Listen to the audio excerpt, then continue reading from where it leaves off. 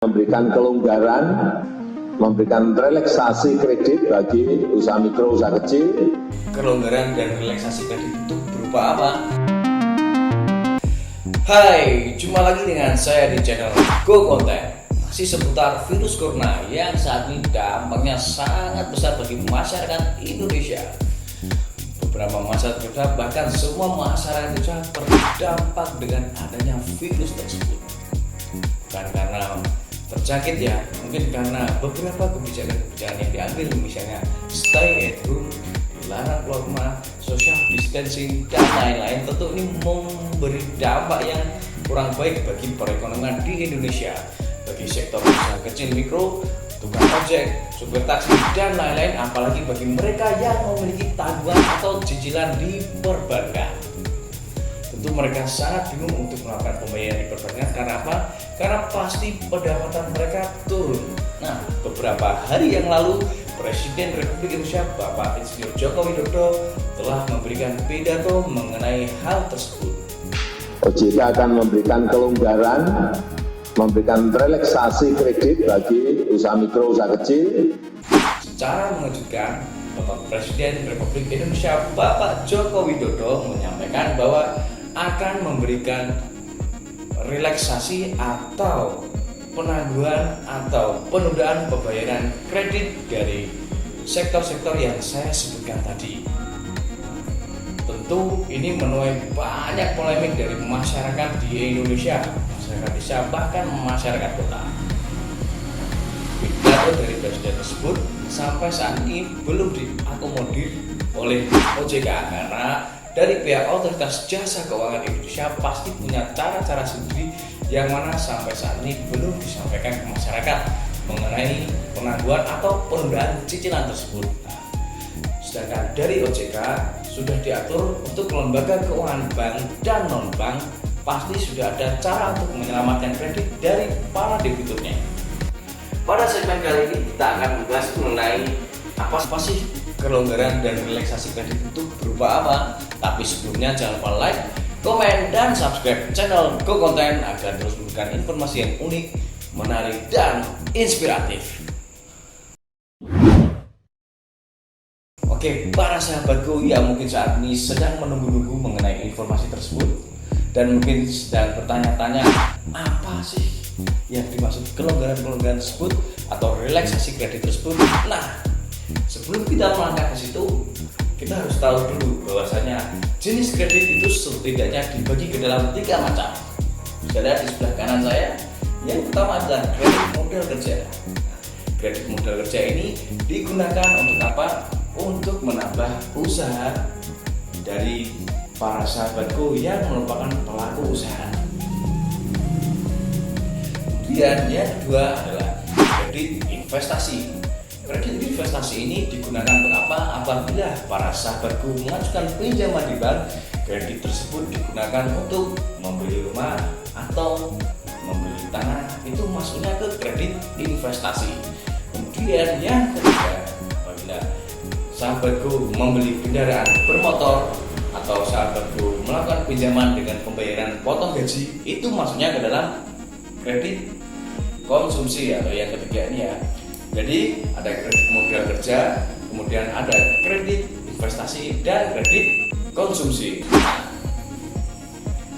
Bagi para lembaga keuangan baik bank maupun non-bank itu sudah diatur oleh OJK. Mereka sudah memiliki cara untuk menyelesaikan atau menyelamatkan kredit-kredit yang bermasalah. Nah, di sini di awal bulan Maret sebelum Bapak Presiden Joko Widodo menyampaikan pidatonya tersebut, dari OJK dan para dirut-dirut perbankan di Indonesia sudah melakukan pertemuan yang isinya akan memberi kelonggaran dan relaksasi kredit. Nah, kelonggaran dan relaksasi kredit di sini yang dimaksudkan adalah proses restrukturisasi.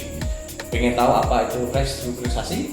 Jangan lupa subscribe dulu dan bunyikan tombol loncengnya ya, agar terus mendapatkan informasi dari channel Go Content. Nah, sahabatku, jadi apa itu restrukturisasi kredit? Ada yang tahu? Pengen tahu? Oke, restrukturisasi kredit adalah upaya perbaikan dalam kegiatan perkreditan terhadap debitur yang mengalami kesulitan pembayaran di mana mungkin usahanya mulai turun atau kemampuan bayarnya mulai turun, maka akan dilakukan proses restrukturisasi kredit. Nah, secara garis besar proses restrukturisasi kredit dibagi ke dalam 3 hal. Bisa disimak di sebelah kanan saya. Yang pertama adalah reschedule, yang kedua adalah restruktur, yang ketiga adalah rekondisi pinjaman. Akan kita bahas satu persatu, tapi sebelumnya jangan lupa subscribe dan bunyikan tanda lonceng ya. Yang pertama adalah penjadwalan kembali atau rescheduling. Nah, penjadwalan kembali ini atau reschedule ini adalah penjadwalan ulang jangka waktu atau nominal pembayaran dari pinjaman tersebut. Nah, untuk prosesnya sahabatku tinggal datang saja ke bank di mana sahabatku mendapatkan kredit. Sahabatku sampaikan ke mereka bahwasanya terjadi penurunan kemampuan bayar yang sahabatku alami karena penurunan kapasitas usaha atau kondisi ekonomi secara global. Nanti bank akan memberikan solusi terkait masalah tersebut. Nah, untuk penjelasan mengenai atau contoh mengenai penjadwalan kembali angsuran ini misalkan seperti ini ya.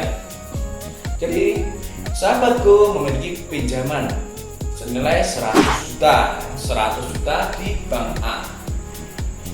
100 juta ini diambil jangka waktu atau tenor 36 bulan. Asumsinya bunga per bulan adalah 1% atau 12% per tahun. Jadi angsuran dari sahabatku tiap bulannya kurang lebih 3,8 juta.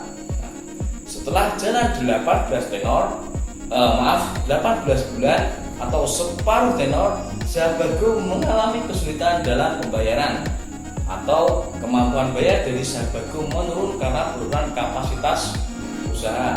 Nah, dari tenor asumsinya kredit ini adalah flat murni. Jadi jika ini flat murni dapat separuh tenor, berarti nanti sisa pokok pinjamannya 50 juta. Nah, penjadwalan kembali ini dijalankan sesuai dengan sisa pokok pinjaman yang baru. Jadi 50 juta ini nanti sahabatku sesuaikan dengan kemampuan. Misalkan saat ini kemampuan bayar sekitar 2 juta.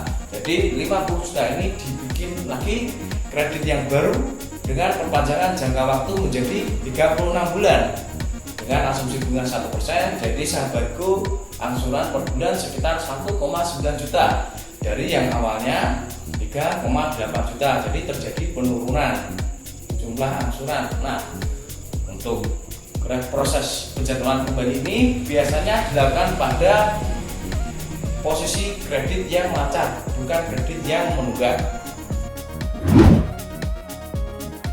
Yang kedua adalah restrukturing atau persyaratan kembali.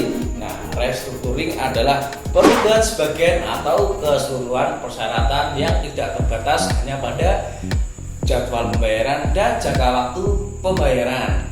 Jadi bisa atau memungkinkan restrukturing adalah mengubah struktur kredit. Jadi misalkan kredit tersebut model musiman bisa dirubah ke model bulanan. Nah, bagaimana caranya?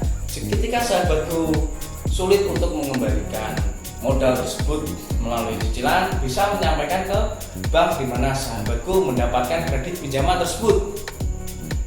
Sahabatku tinggal sampaikan apa keluhannya dan kita berikan solusi ya. Sebagai ilustrasi seperti ini, restrukturing ini bisa mengubah struktur kredit. Jadi maksudnya jika dari awal sahabatku melakukan pinjaman 10 juta dengan model kredit musiman. Nah, jika model kredit musiman, maka 6 bulan yang akan datang dari sekarang sahabatku akan membayar senilai 10 juta plus bunga dari setiap bulannya. Ketika sampai di jatuh tempo 6 bulan kemudian sahabatku tidak bisa membayar dan melakukan penunggakan, maka sahabatku silakan menemui bank dan menyampaikan apa yang terjadi. Nanti pihak bank akan merubah struktur kredit sahabatku dari yang tadinya musiman menjadi bulanan. Jadi nanti dari 10 juta plus bunga nanti bisa dijadwalkan menjadi angsuran bulannya. Misalkan dibuat 2 tahun atau 6 tahun dari 10 juta tersebut, tergantung kemampuan bayar sahabatku setiap bulannya. Nah, biasanya proses restrukturing kredit ini atau persyaratan kembali dilakukan pada kredit yang posisinya menunggak, di mana tunggakannya bukan tunggakan yang lama sekali, mungkin tunggakannya 1 atau 2 bulan bisa dilakukan proses restructuring kredit. Seperti itu. Nah, yang ketiga adalah rekondisi atau penataan kembali pinjaman sahabatku. Nah, maksudnya adalah perubahan persyaratan kredit menyangkut penambahan fasilitas kredit dan konversi seluruh atau sebagian tunggaan dari sahabatku tadi. Nah, sebagai ilustrasi seperti ini, misal sahabatku memiliki pinjaman 100 juta flat murni tenor 36 bulan dengan bunga per bulan asumsi 1%. Jadi angsuran sekitar 3,8 juta dengan dimana bunganya adalah sekitar 1 juta per bulan. Jadi sahabatku ini nanti dari sini sudah jalan separuh tenor, berarti kalau itu flat murni sisa pokok pinjaman masih 60 juta. Nah, karena mungkin suatu musibah atau wabah atau bencana yang mengakibatkan sahabatku usahanya menurun atau bangkrut sehingga terjadi penunggaan cicilan kredit. Misalkan sahabatku menunggak selama 10 bulan dengan asumsi bunga 1 bulan 1 juta tadi. Jadi sahabatku saat ini memiliki sisa pokok 50 juta dan tunggaan bunga sebesar kurang lebih 10 juta rupiah. Nah, yang dimaksud rekondisi di sini berarti nanti sisa pokok plus tunggaan bunga ini akan digabungkan menjadi satu. Jadi dari senilai 50 plus 10 juta jadi 60 juta dijadwalkan kembali. Misalkan sahabatku, nah ini 60 juta biar Rian nanti dibikin taruhlah 60 bulan atau 5 tahun. Berarti nanti sahabatku angsurannya sebesar 1.600.000 dengan asumsi bunga 1%. Namun tidak terlepas sampai di situ, proses rekondisi bisa dilakukan dengan cara penurunan suku bunga. Misalkan ini tadi 60 juta, bunganya 1%, dibikin 5 tahun, jadi kan angsuran sekitar 1.600.000. Ini kalau misalnya masih berat, bunganya yang tadi 1% bisa diturunkan, mungkin menjadi 0,8 atau 0,75 dengan angsuran sekian, silahkan hitung sendiri. Nah, dan proses rekondisi ini biasanya dilakukan pada kredit posisi yang nunggaknya sudah cukup lama. Seperti yang saya sampaikan tadi, misalkan nunggak sampai 10 bulan. Jadi untuk pemulihan kredit tersebut bisa dilakukan dengan langkah rekondisi. Nah, demikian tadi penjelasan singkat dari tim Go Konten mengenai kelonggaran atau relaksasi kredit yang mungkin diberikan oleh OJK.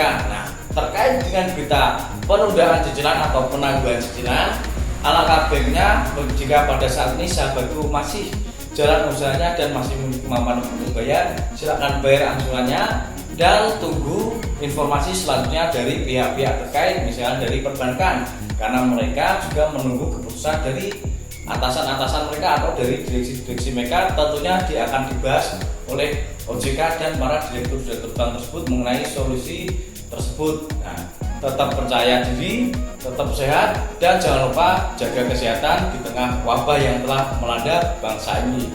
Salam sehat dan sejahtera dari tim Go Konten. Sampai ketemu di segmen selanjutnya. Tapi sebelumnya jangan lupa subscribe channel ini agar channel ini dapat terus berkembang dan terus memberikan informasi yang bermanfaat bagi teman-teman semua. Dan jangan lupa share sebanyak-banyaknya segmen ini apabila segmen ini dirasa sangat bermanfaat bagi panjenengan semua. Terima kasih, dadah.